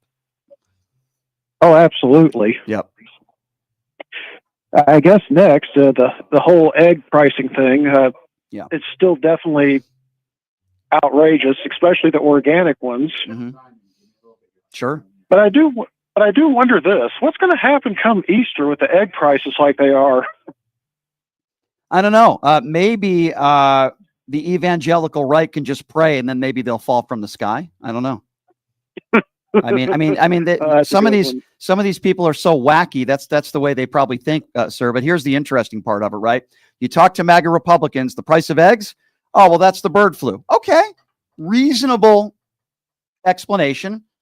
But for 4 years, you blamed Joe Biden for inflation when we had inflation all over the world. Didn't want to blame it on COVID. Didn't want to blame it on Ukraine. But now egg prices are high. Let's blame it on the bird flu. I mean, screw you, all of you. You're all hypocrites, and you have no credibility. Let's see. Let's go to Simon, who's calling from Virginia. Hey, Simon, what's going on, man? Thanks for calling in. Oh, hey, thanks for having me, Brian. Sure. Once again, big shout out to everybody in the chat room, except the idiots who know who they are, of course. Yep, I do too. Yep. And I have a slightly funny little bit of political history about Trump to share with you. Okay. Back in the day, during the Reagan presidency, Trump tried like hell to become one of Reagan's voters, right down to the point. He said he wanted to start calling Mar-a-Lago the Southern White House. And you won't believe what guess what Reagan said to his advisors who initially were talking to Trump? And he said, and I quote, "Stay away from this man at all costs." Yeah. Well, he was right back then, and that rings true to today because unless Reagan, yeah, Mr. Union Buster, get rid of the fairness doctrine himself. Yep. Knew Trump was poison. Reagan was right, and many others back in the day were right. And let me, I guess Jeffrey Epstein didn't think the same way because they were buddies. But the interesting part about this is unless you're willing to go to jail for Donald Trump, it never ends well for you. Ask Mike Pence how it ended up. Ask Michael Cohen how it ended up. Ask Stephanie Grisham how it ended up. Half of his prior administration. Listen, they weren't against him in the first month of his first administration. Neither is this administration. Give it a little bit of time. It will not end well for these fake Christians. It will not end well for these white supremacists. Well, maybe for the white supremacists it will, because that's certainly the agenda that they want to push, like the Pete Hegseths of the world. But it's not going to end well for a lot of these people, my friend. You know it, and I know it. And Simon, I do appreciate your call, and I appreciate you. Thanks. Good to hear from you. Let's go back to Las Vegas, shall we? Let's go to some of those Vegas locals. Let's go to Armando, who's calling from Vegas. What's up, Armando? Okay, Brian. I would like to talk about the NGO or NGOs. I recently found out what the acronym, the first letters stand for. It's non-government organization. Mm-hmm. And the one that comes to mind is U.S. Aid. They're the ones that are over there, I think in Rwanda. Yeah. They're fighting I think it's the Ebola virus, which is very deadly. It goes everywhere. You have to take care of it. Yeah. But what I've heard is that the administration, they have stopped funding U.S. aid. Yeah. Of course, it's not a autonomous government agency. Mm-hmm. It's a private agency which is funded by our government. Right. Correct. In this case, the CIA. Mm-hmm. Well, listen, it's even bigger than that, as you know. There are so many good, hardworking Americans. They could work for a bunch of different government organizations. They've never done anything wrong in their life. They pay their taxes. That many of these people are actually apolitical, both Republicans and Democrats. And there are Republicans that are losing their jobs. There are MAGA supporters that are losing their jobs. Make no mistake about it. Those people that voted for Donald Trump that have been laid off for no other reason other than, well, this is Doge. They're just cutting funding. I'm wondering if those people have buyer's remorse now, because they would still have their job if Kamala Harris was in office. I'm pretty sure they have buyer's remorse. They bought a lemon, with Donald Trump. Yeah. But you know what? If they would have found that Rwanda, just a small little country in I think East Central Africa. Tiny. Yeah. And it's right there with the Rift Valley of Africa. Right. Right. If they would have found something valuable that they could dig up, mine, they would have kept USA there. Oh yeah, I certainly agree with that. Speaking of buyer's remorse, this is the best analogy that I would give. Say you're at the fast food restaurant, you're going through the drive-through, and you have a craving for this burger they have, and you're all excited about it, and you're all in with this burger and this meal, and you're so excited, and you paid good money for it, right? Anyway, you get in your car, you go through the drive-through, you don't look at the bag, you pay for it, you go home, and then you find a big spider in your burger, right? And people were telling you before you went into this drive-through and before you went into this burger joint, they were telling you that the health inspectors went in there and the people have had food poisoning going into this restaurant, this fast food chain, and it's overpriced and it's understaffed, and the people that are working this fast food restaurant don't know what they're doing. People warned you. Hundreds of people warned you, don't go to this restaurant, but you just had this craving for this burger and you just weren't listening to everybody. Now you're at home with a spider in your burger and you've got no lunch to eat. You're hungry. But guess what? In this situation, you can't get back into your car and get another burger for 4 years. That's exactly what all of you people did when you voted for Donald Trump. And many of you that have lost your jobs, many of you that are paying more at the pump, many of you that are paying more for groceries, eggs, members of your family that might have been deported, that are nonviolent criminals. You got that burger, but you can't send it back. And you're going to have to wait 4 years before you go and get another burger, a fresh burger without a spider on it. That's the best analogy that I could give to some of these people that have buyer's remorse. Quick reminder, I want to thank Anna for making a $50 donation. She went to pushingthelimits.live. Thank you, Anna, for your very generous donation. We really appreciate you very much. And Becky made a purchase on pushingthelimits.live. That's where you can make donations and buy shirts, hats, beanies, PTL Nation. And of course, we're trying to reach our goal on the super chat. So if you guys want to help us out there, we're almost halfway there, but we only got 30 minutes to go. Go to at PTL Radio Show on the YouTube page, and with a minimum of a $5 donation, we will read your questions or comments on the air, and we do appreciate your support. Let's go to Amelia. Amelia is calling out of Georgia. Hi, Amelia. What's on your mind? Hey, Brian, you keep up the good work, okay? Thank you. All right. So, they got deputized yesterday, right? Mm-hmm. All 20 of Elon's constituents and himself. Correct.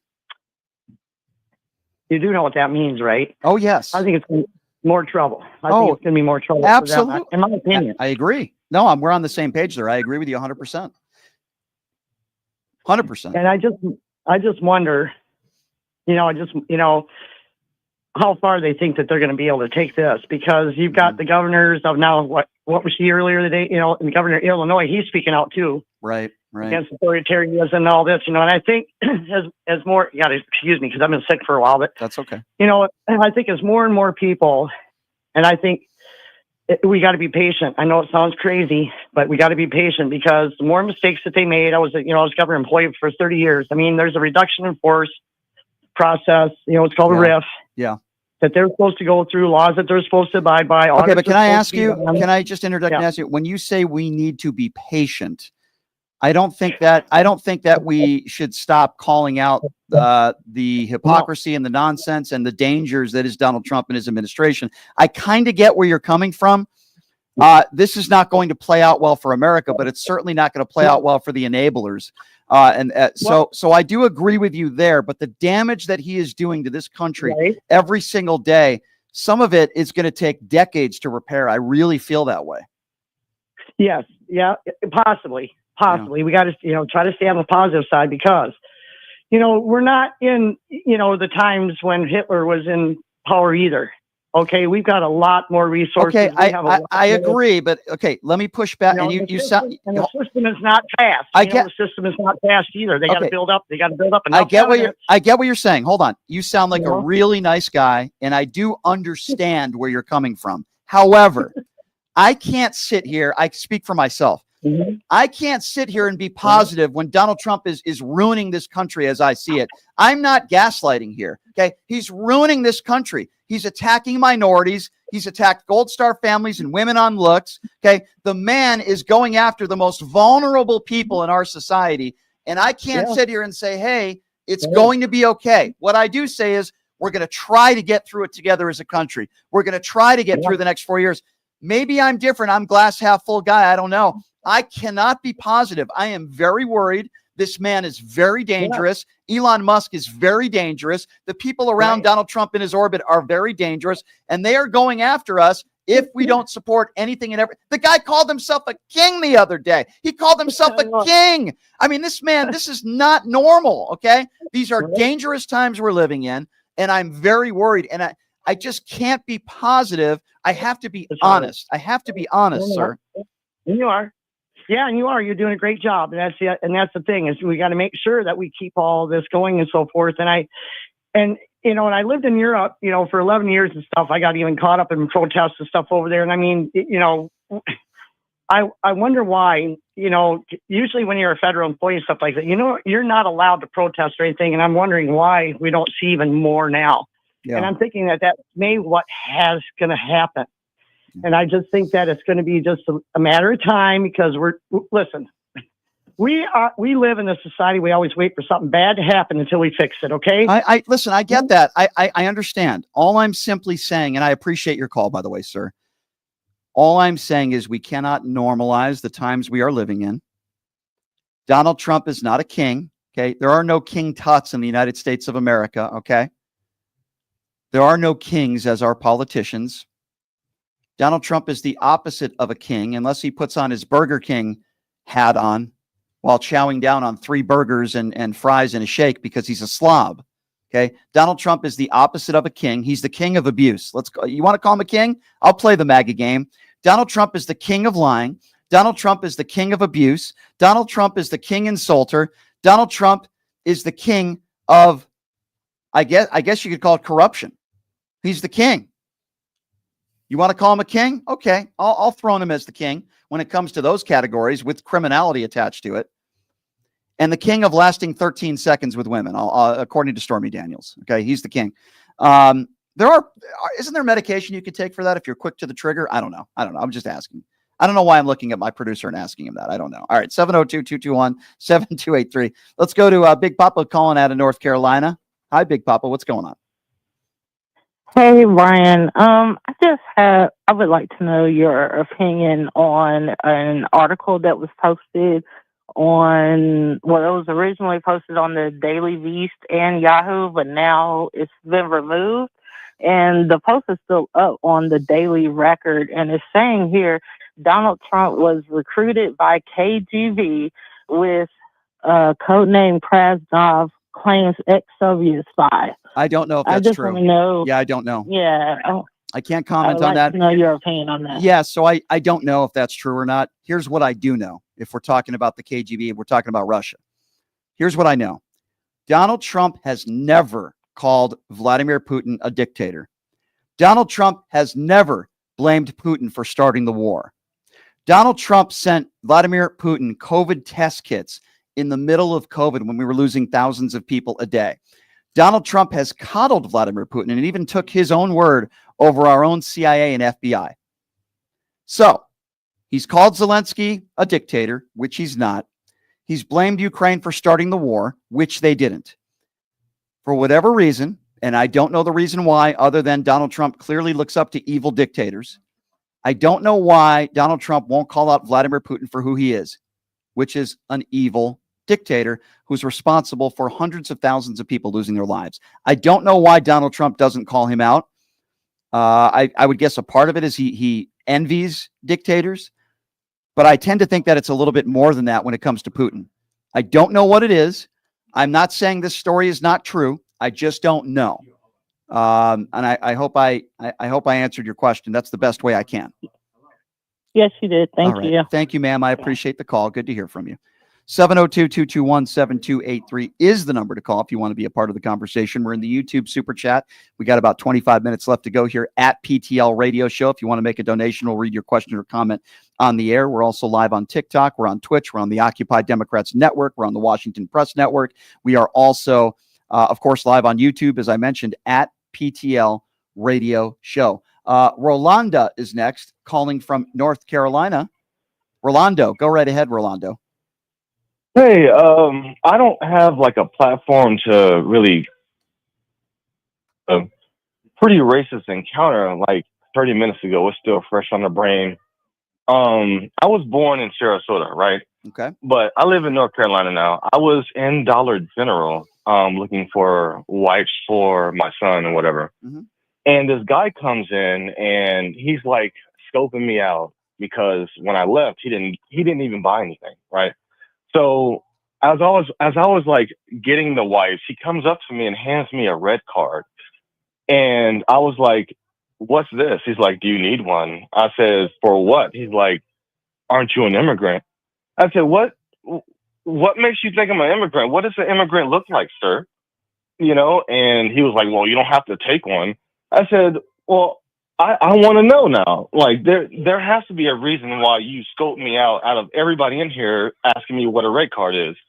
I don't know, like, what it is or if someone has brought this to your attention, but he had like a shit ton of them and was apparently trying to give them to immigrants. I don't know if this. What an idiot! You know what I would have said to him? I would have said, "Sir, I wanted to give you a white robe because for your Klan meeting tonight," and he probably would have been offended by that. Maybe he wouldn't have, by the way. And if he had said to you, "Well, what makes you think I'm in the Klan?" You see, sir, you're doing the same thing to me. That's what I would have said to him. That's what I would have said to him. What an idiot! And I guarantee you, 100% that guy voted for Donald Trump. It's not even close. 100%. Yeah, I called in before, maybe like a month before the election, to tell you that I changed one of my friends' minds, and just the fact that I wanted to make a video of it because I wanted to bring attention, like, obviously this dude's a racist, and basically everyone who voted for Trump is a racist. Let's get it out there. Yeah. But the fact that they're so emboldened to basically, "Hey, here's a red card. You look like an immigrant. I think you need one of these." Like, what the fuck is that? That is, I got to tell you, first of all, I'm sorry that happened to you. That's awful. That's racial discrimination. It's offensive. And sadly, I can't imagine that there would be people out there doing that publicly if not for Donald Trump and his rhetoric. That's how I feel. I believe Donald Trump, there were always racists around the country, okay? I don't deny that. But I believe Donald Trump, since he's been in office, not just this time around, but first time around, he gave people more an opportunity to be more comfortable and outspoken with their racism and bigotry. And the fact that there is some loser and some idiot that wakes up in the morning and says, "I'm going to hand out cards to people that I think are undocumented immigrants or whatever," goes to show you how sick some of these people are. You have to be a sick type of human being to wake up in the morning and do something like that.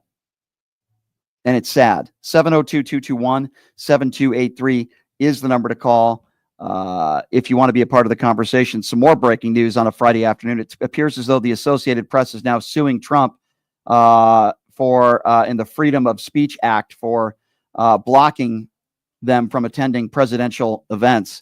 They're going to win that lawsuit, I guarantee you, because this is not a dictatorship, even though they're trying to be a dictatorship, and we have laws in this country, and you can't do that. 702-221-7283. Let's go to Seattle, Washington, actually. Let's go to Todd, who's calling in from Seattle, where I lived for a short period of time. I lived there, and I worked for a radio station called Cairo Radio. What's up, Todd? Hey, how's it going, Brian? Good. What's on your mind, Todd? Hey, I'm kind of nervous, so try to bear with me. That's all right. Take your time. Take your time. I've been watching your show for like 6 months now, man. I love the way you handle those MAGA idiots, man. Thank you. I love it. I appreciate it. I love it. Thank you. Hey, here's what I want to talk about. I was watching this congressman from Georgia getting just splayed out by his constituents. Mm-hmm. And I saw that. I saw that video last night. Yep. But Brian, the ball's on this guy, though. The ball's on this guy. Yeah. I mean, he couldn't read the room. These guys. I'm a progressive liberal. I've been one since I was 19 years old. Yep. 27-year Army veteran. I retired. I retired in 2014, and yeah. I just don't. I've been arguing with all my other retiree buddies about our benefits and everything are going to be like trounced out by this guy, and they wouldn't believe me until now they're all worried that our VA benefits are going to be slashed and everything. Right. I'm a retiree, and I live off my VA benefits.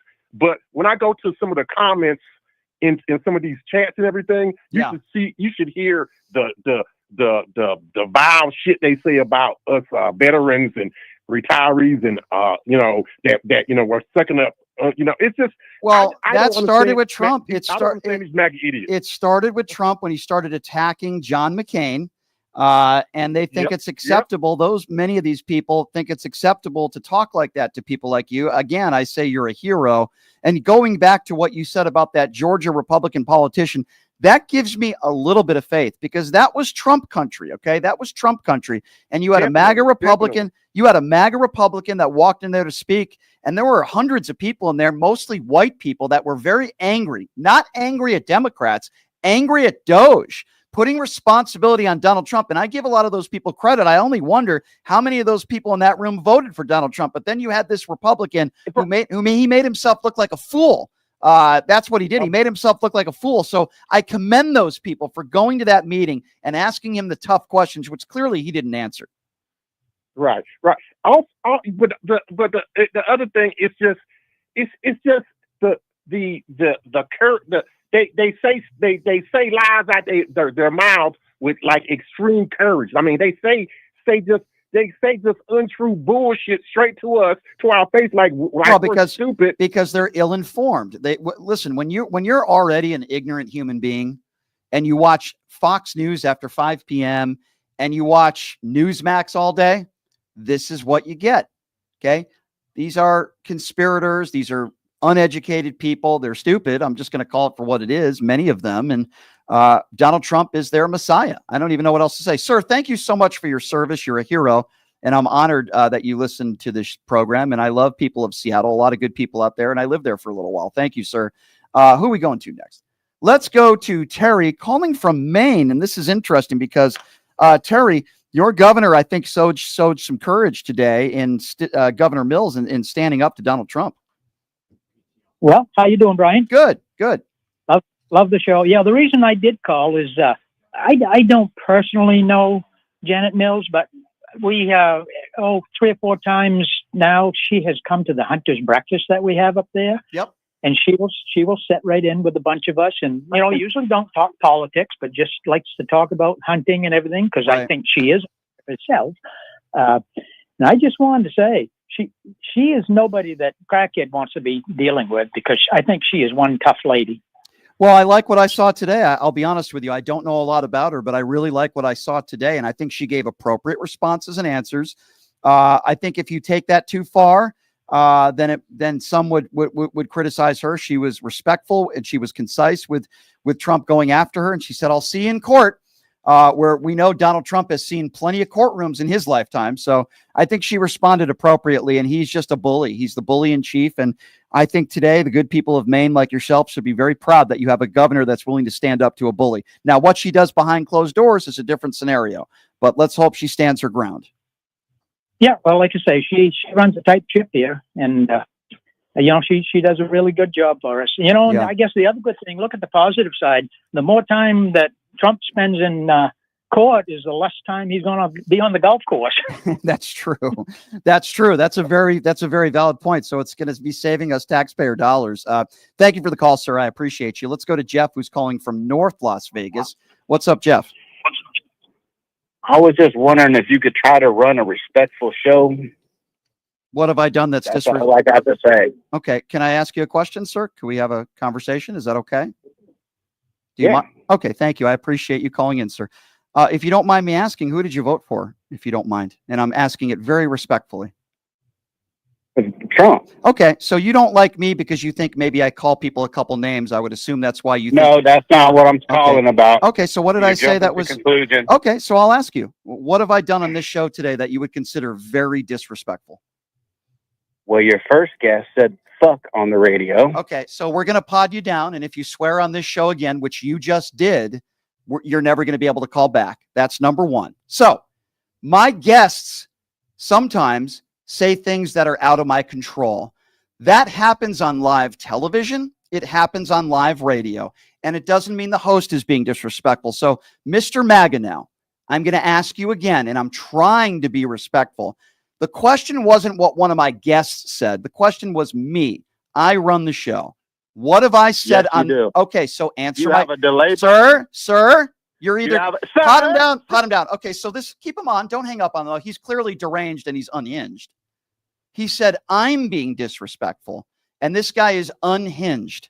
So the reason why I didn't hang up on you, sir, so you can calm down and take your meds, and I'll pod you back up. Okay, sir? So hang on. So he just said, I'm disrespectful. And then he said, my guest said something disrespectful. So he's already contradicted himself there because he's an imbecile. Then he said he voted for Donald Trump. So now I want to ask him a question since he wants people to be respectful all the time. Sir, what do you make of Donald Trump attacking POWs, saying he didn't respect John McCain because he was captured? What do you make of him going after women on looks? What do you make of him being a liable abuser? What do you make of him being a 34-count felon? What do you make of him calling our allies and Zelensky a dictator? What do you make of him calling everybody a disrespectful name that he disagrees with? Would you call that disrespectful? And I ask you because I'm a radio host and you voted for Donald Trump to be the leader of the free world. So does that bother you a little bit more? Or if I call somebody like you a buffoon, that gets you more agitated? Which one is it, sir?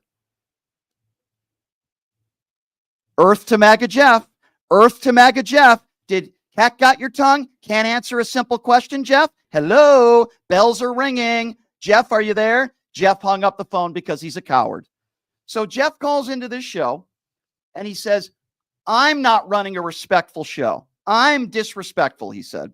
My question is, okay, what did I say on this show that's disrespectful? And then he comments on a guest using an expletive. And apparently, if he hears the F word, he's very insulted by that, even though he used the same word.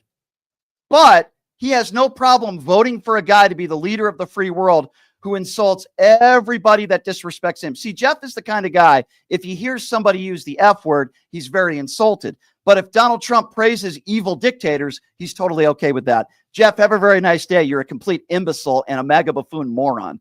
Go back to your Newsmax and don't call in anymore, and have a nice day. Let's go to the MAGA destroyer, but we need to make it PG-13. Let's go to Darlene. Darlene, what's going on? How you doing? Hi, Brian. Hey. Jeff, you're an idiot, but that's not why I'm calling. Yep. Listen, Brian, did you see what Pam Bondi wrote on her message to all of us? Oh, no. She said all of us better watch out now because Kash Patel got his office. So we're all supposed to be shaking in our boots now. What do you think about that? Well, here's what I'll say to that. It is a danger. We have a right to be worried, but that doesn't mean we should change our life. We need to stay the course and keep doing what makes us happy. And whether it's me doing a radio show or you know, whatever the case may be. But if in fact they try to target people like us, then we have there's a lot of famous people in Hollywood with a lot of money that are on the left. If they don't want TV and they don't want to watch football and they just want to go after everybody that's on the left, there's going to be a fight here. And so we're going to have to, it's okay to be worried. It's okay to be concerned.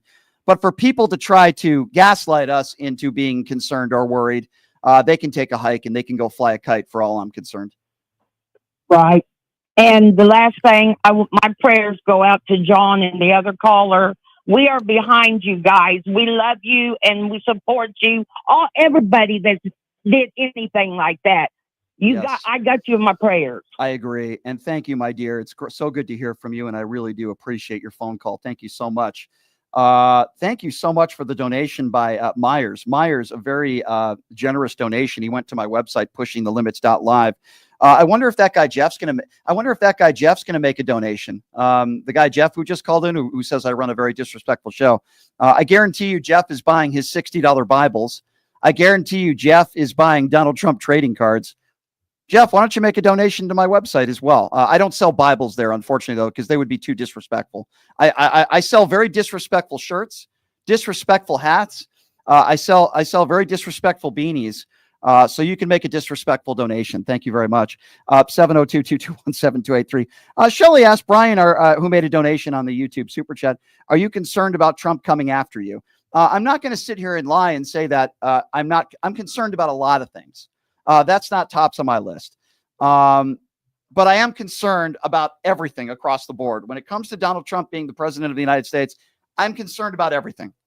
It's not all about me. I think it's about everybody in this country. So yes, as a whole, I'm concerned about everything. Let's go to Teresa. Teresa's calling from Michigan. Hi, Teresa. What's going on? Hi, Brian. Hey. Long-time listener. Thank you. First-time caller. One thing I wanted to kind of bring to the attention to everybody, I work for a billion-dollar food company here in the United States, and we go through 4 million eggs a day. The egg prices have been steadily going up. As of today, they're up 167% to this company. So they're losing money. They have not raised their prices at this point, but we are getting a major price increase in May. And again, this is affecting all companies throughout our country. And again, it started obviously during the Biden administration, but my talking points to Trump supporters during that time was our price. He's not going to lower our prices. No, he's It's not. impossible. Again, I think it's the knowing opposite. that what I do know, Yeah. because of being in the food industry and knowing how it does work, the food milk prices are just going to continue to go up. That's what I was just going to say. But they wouldn't listen to none of us. Right. Right. He can't do nothing. His rhetoric every single day was food and groceries.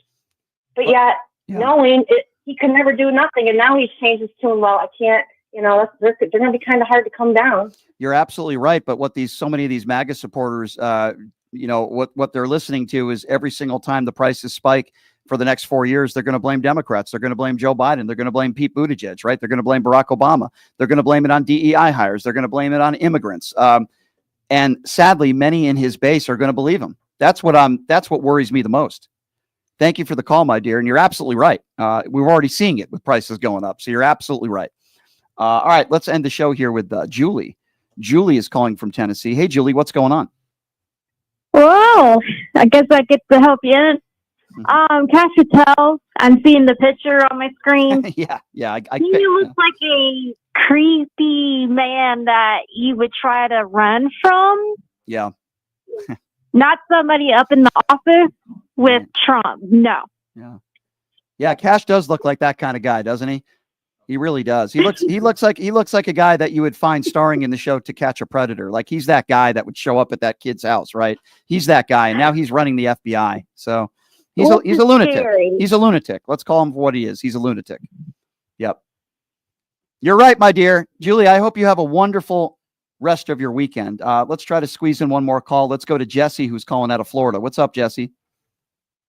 Hey, what's going on, my friend? Hey. I was a first-time caller and definitely appalled about our current situation, and want to get your idea on this whole scenario that's going on with Patel, all these MAGA morons that they're putting in power, and what can we physically do to change these things? And well, it's a good besides question. Vote. It's a good question you ask. Got to focus on the midterms. I know that's still a ways away. And how do we do that? Well, hold our politicians to account. Call into shows like this. Speak your mind. We can't normalize what Donald Trump is doing. There have been peaceful protests throughout the country. I highly recommend the organizers continue to do that as well. We are seeing some pushback, and I am very optimistic about what we saw in Georgia last night. These are a lot of white Republicans that were grilling a white Republican who was speaking. I got to tell you, that gives me some hope that there's a lot of people out there already with buyer's remorse. We have to stay the fight, continue the course, get younger people in office, try to get the Nancy Pelosi's of the world and the Chuck Schumers of the world to step aside and raise the AOCs and the Jasmine Crockett's. Thank you for the call, sir. I appreciate you. And if you're calling out of Florida, tell Ron DeSantis I love his white boots. It makes him look very sexy. Thank you, the good warrior, saying stay strong. Weeping may endure for a night, but joy comes in the morning. Well, I will take that into account, my friend. Thank you for your donation. So I do get emails from people every single day. I'm not the best at responding immediately. It takes me a little time, so be patient with me. I can tell you the best way to support this show and what we do, besides watching every day, besides spreading the word, which we appreciate, is subscribe to my YouTube page. It's free, at PTL Radio Show. My YouTube page, it's free. Go to my website, pushingthelimits.live. I get emails from people that are wearing PTL gear. We sell hats. We sell beanies. We sell shirts. So if you don't want to buy any merchandise, totally cool. You can make a donation, $5, $10, $20 a month, whatever it is. We appreciate. Of course, we appreciate all the support in the YouTube super chat. We love you guys. Thank you so much. As I say it all the time, and I'll say it again, we are going to try to get through the next 4 years together. We have developed a community here, as I call it, PTL Nation, and you will always have a platform to be a part of this show. And even if you're a MAGA supporter that thinks I'm being disrespectful, I'll still take your phone calls. You might sound like an idiot, but I'll still take your phone calls. So that's the best thing you can do to really support what we do. And of course, our great support from Jackson's Bar and Grill, the official gaming bar of the PTL radio show, home of the Pass the Puck contest, where you can win up to $500 in free slot play. Check them out, Jackson's Bar and Grill, located at Flamingo and Jones. I am going to have a very leisurely and calm weekend. Might catch a Vegas Golden Knights game, might catch a UNLV basketball game, might play a little golf.